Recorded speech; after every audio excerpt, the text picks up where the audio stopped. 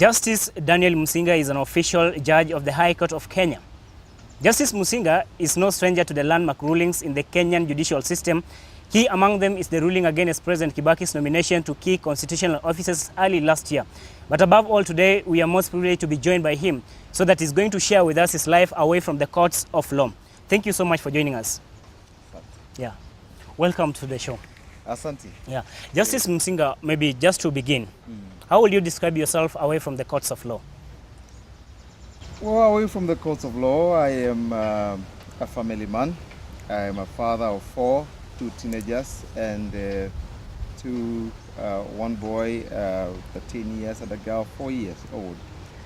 I am a leader in several social and Christian organizations.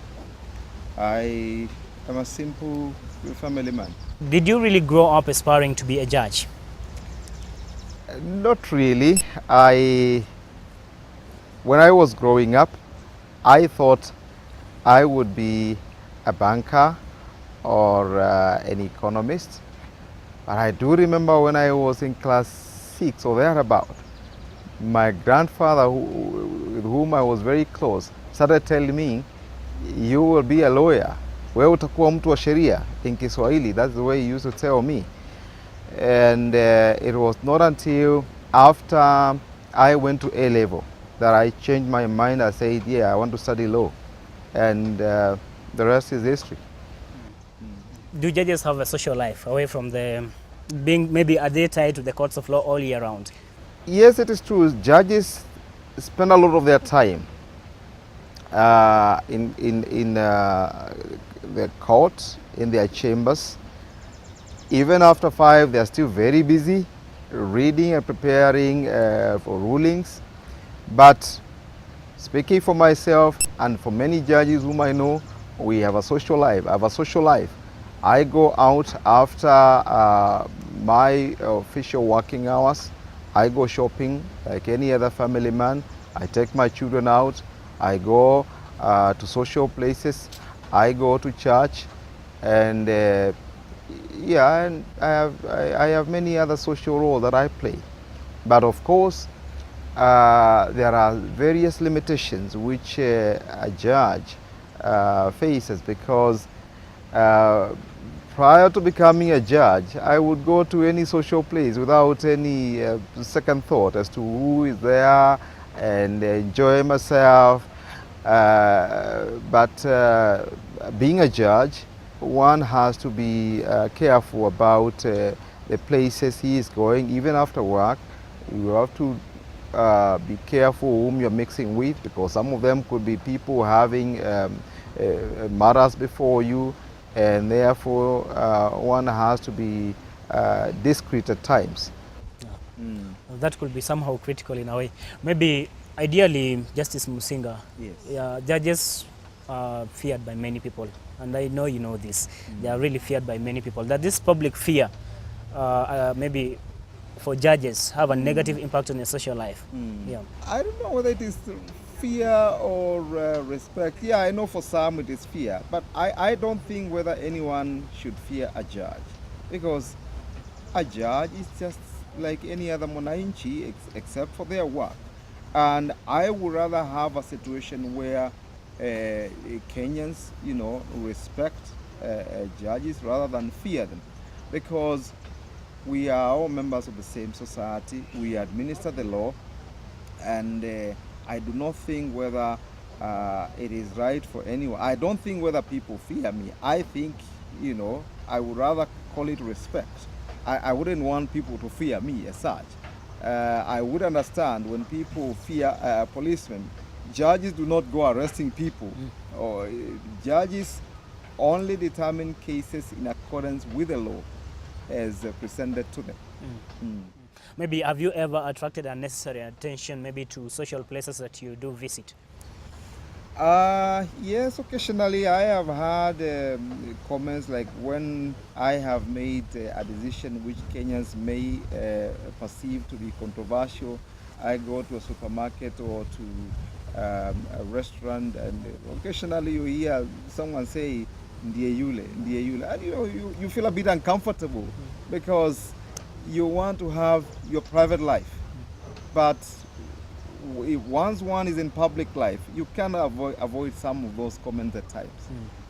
Maybe someone watching us is really interested to know what is the formula of one can work on to become a judge, maybe from a tender age.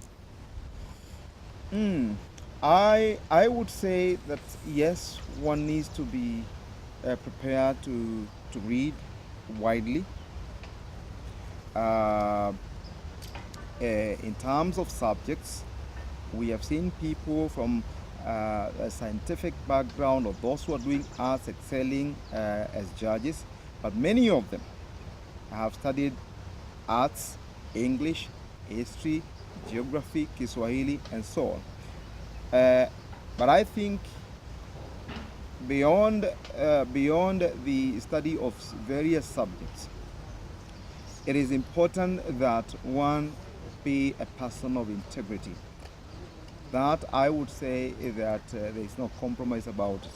No matter how brilliant one may be, if one is not a person of integrity, if one is not given to living a straight life, it is difficult to be a successful judge.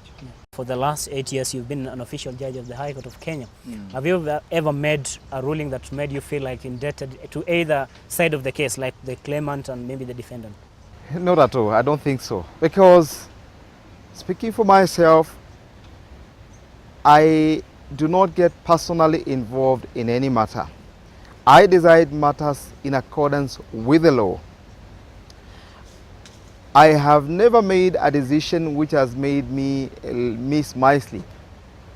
No matter what kind of decision it has been, I would get my night's sleep as usual. And I think a judge should not be personally involved or passionate about a matter which they are doing. Just determine a matter in accordance with the law, and that's it. Maybe for this last 8 years you've been the judge, what, to the best of your recollection, what could have been the most controversial case that you've ever had to determine?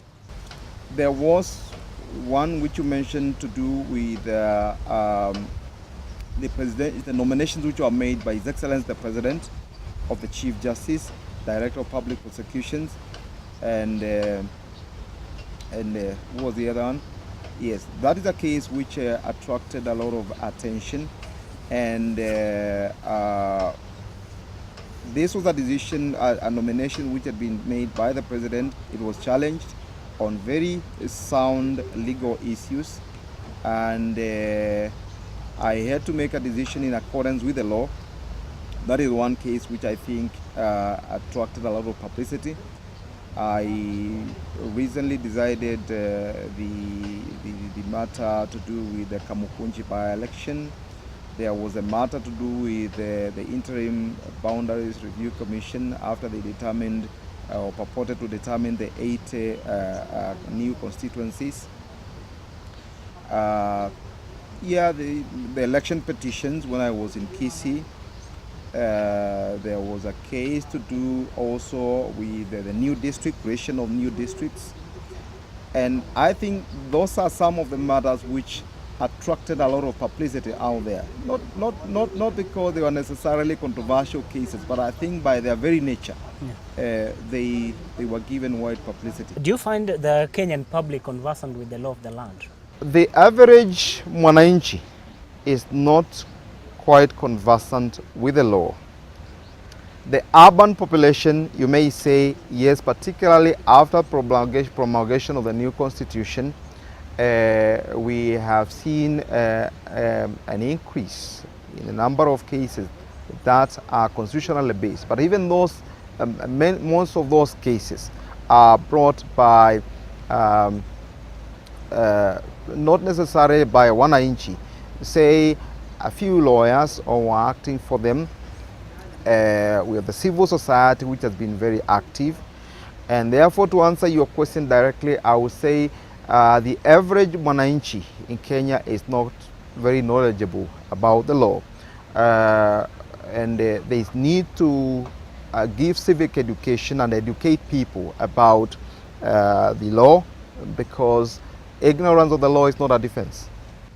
This upcoming vetting of judges, do you find this may be giving you some kind of goosebumps? Not really, personally not, because I think it is something that is good. Kenyans spoke loud and clear during the referendum, said all judges must undergo vetting, because we are looking for institutional integrity. We want to go through that phase where judges and magistrates are viewed by the society suspiciously.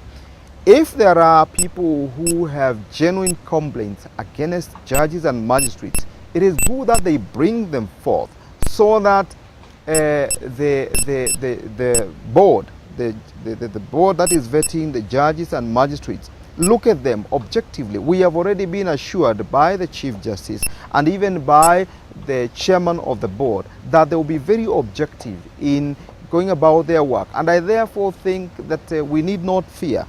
If there are complaints that have been made against us, they will be given an opportunity to defend ourselves. And I think we have really nothing to fear.